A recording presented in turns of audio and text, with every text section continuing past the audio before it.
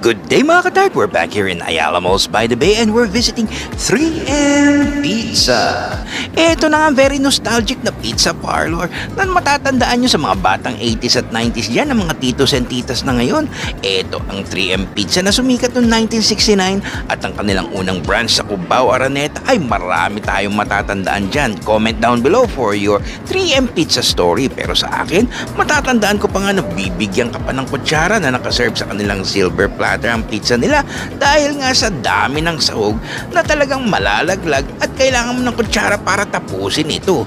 Ito na nga, balikan natin at let's go back in time sa lasa ng 3M Pizza. Ang sarap nga naman yan mga katart.